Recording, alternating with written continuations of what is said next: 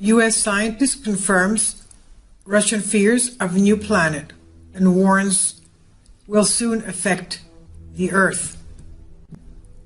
A new appendix added earlier today to the massive Aerospace Defense Forces report relating to the mysterious new planet confirmed to be the outer reaches of our solar system says that an American scientist has confirmed many of its findings and further states that our Earth is now under direct threat as this celestial body could begin to harm our Earth this month.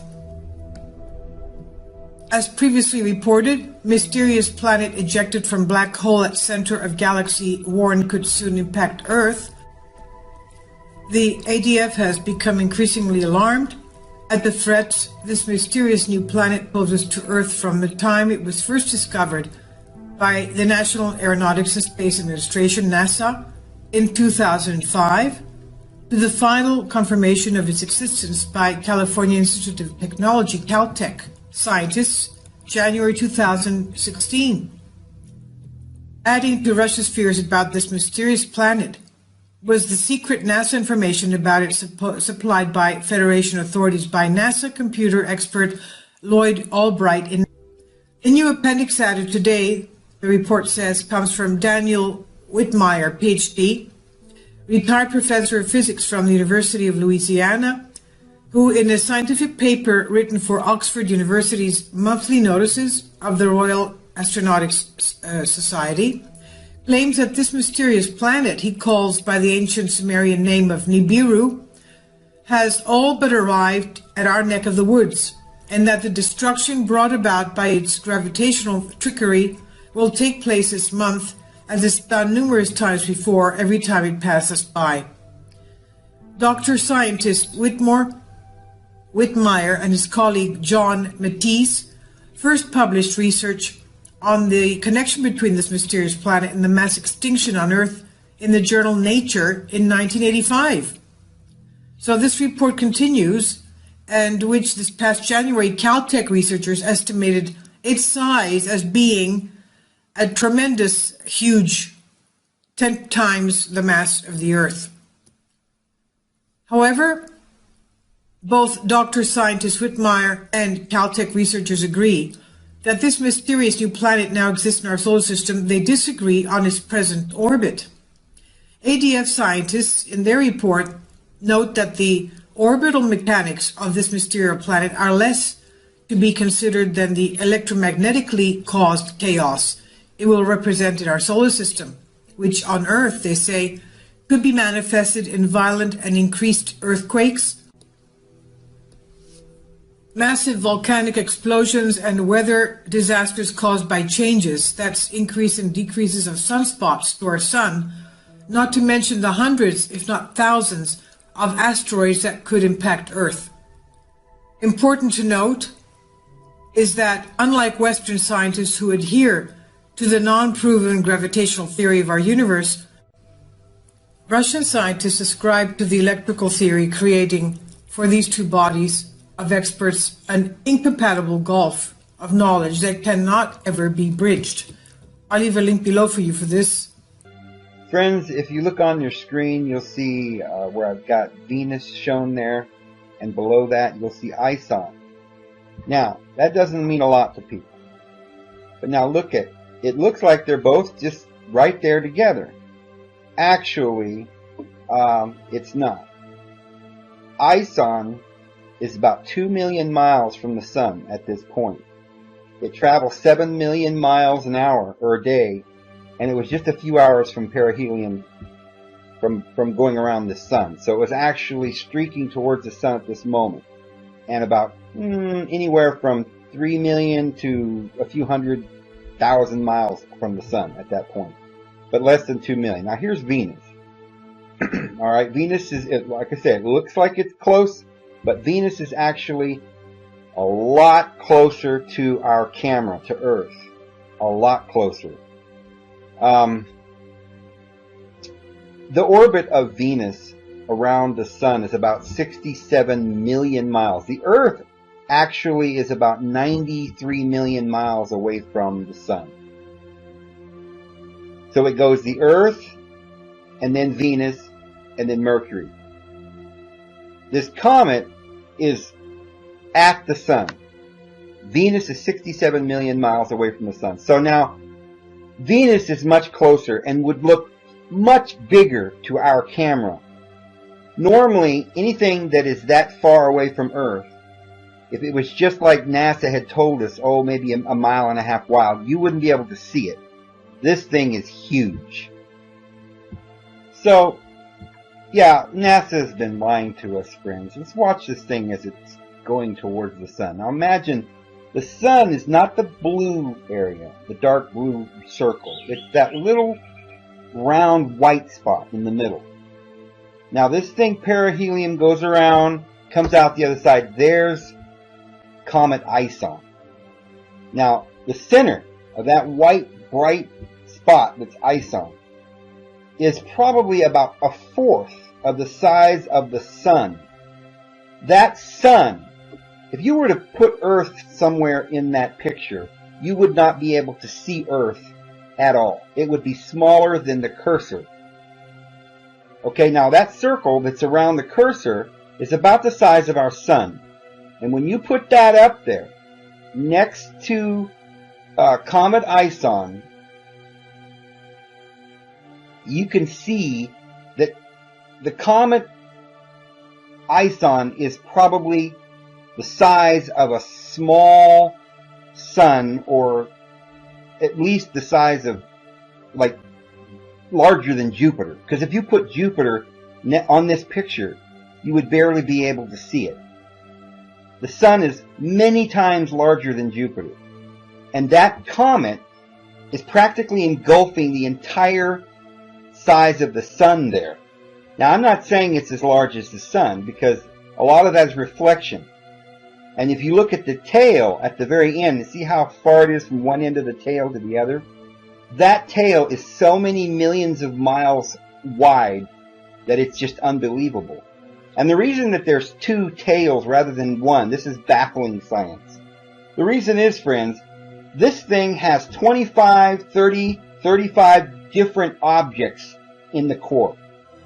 This isn't just one piece. The largest of these pieces is bigger than the Earth. The other, I don't know how big, but it's huge. It could be bigger than Jupiter. The other pieces that are either orbiting this chunk or whatever they're doing together there, many of these pieces are the size of Earth, Venus, the Moon. There's 25 to 35 pieces that people have counted, all in this little orbiting mass going around the sun right now. NASA has been hiding this. We haven't heard a peep out of them.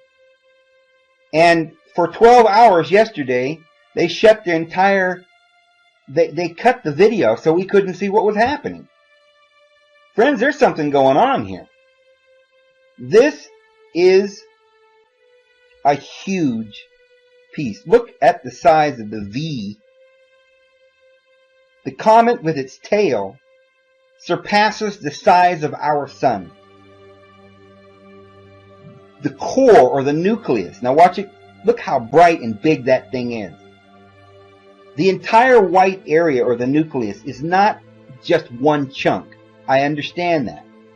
We all can understand that. But it is glowing because it is the atmosphere around quite a few hunks and pieces, many of which are planet size. I don't know what this thing is, friends, but it's huge. And it is coming our way. No matter what anybody is telling you, it is coming in our direction. And this tail, which is millions of miles long, will go through the Earth's atmosphere. Now look at this. You see that? Now go back. When you see this next picture, you're going to see the Earth, the size of the Earth. Now, I'll be honest. I don't know how far the Earth is away from the camera at this point. But I think it's a whole lot closer than that comet Ison is. Because we're near, our cameras are near the Earth. And that's how big the Earth is in that picture, in that shot. But the Ison, which is 90 miles, a million miles away, is almost as big as Earth there. Now, you can't even see the moon in this at all. And they were saying that Ison was only 1 mile or 1.5 miles wide. The moon is like thousands of miles, a couple of thousand miles wide, 2,100 miles. And you can't see it in this picture. And it is really close to the camera, not 90 million miles away like this comet is. And this comet, 90 million miles away, is being shown to be at least the size of Jupiter. And that's my opinion. I'm just an observer. I certainly am not a scientist. I'm not an astronomer. So I cannot say for any certainty how big this thing is. All I can do is show you the pictures. Watch this thing. That tail is literally millions and hundreds of millions of miles long.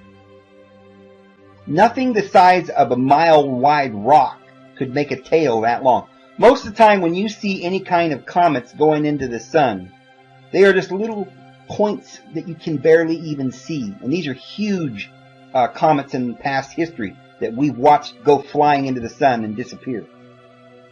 And these things are always just really small. You can't see them. When you look at this thing come around and you see how large that is, there just isn't any way on this earth that that thing is 1 mile wide. That thing could be a planetary system. I don't know what that thing is. A planet with its moons? A large planet with its moons?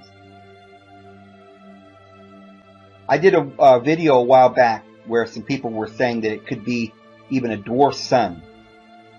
A lot of people laughed at that. They thought that was ridiculous. NASA had debunked that, months ago. And yet, here we are, December the 10th. That thing's hurling towards us quickly. And it becomes apparent to me that it's so much bigger than they are saying. You have to ask the question, why are they lying about this thing? Why are they not giving us some information? Friends, this thing is not going to hit the Earth. The odds of that would be pretty low. It isn't expected to even hit the Earth. It's going to be a long ways from the Earth. But the tail is huge, and we're going to go through the tail, and there's lots of little pieces and debris. Some of the pieces in that tail could be the size of our moon. So anyway, friends, I just want everybody to be aware that NASA is lying about this, and that we just need to be aware of it. There's nothing to be afraid of. The Bible says in the book of Revelation that a star will fall to the earth in the latter days, and it mentions a piece of something the size of a mountain that's thrown into the seas, and a third of the sea dies. And that sounds really scary. As Christians, we know that we are going to go through a great tribulation. I don't know if this comet is going to do the things that the book of Revelation is talking about and usher in the time of the great tribulation, or whether there's another comet that's coming after this one sometime in the future. We know the time is short. But as Christians, we just need to take refuge in the Lord, and before anything occurs that would be frightening, we know that we have our Lord to take refuge in. We're not going to be afraid. There's no fear in our hearts. God will take care of all of it.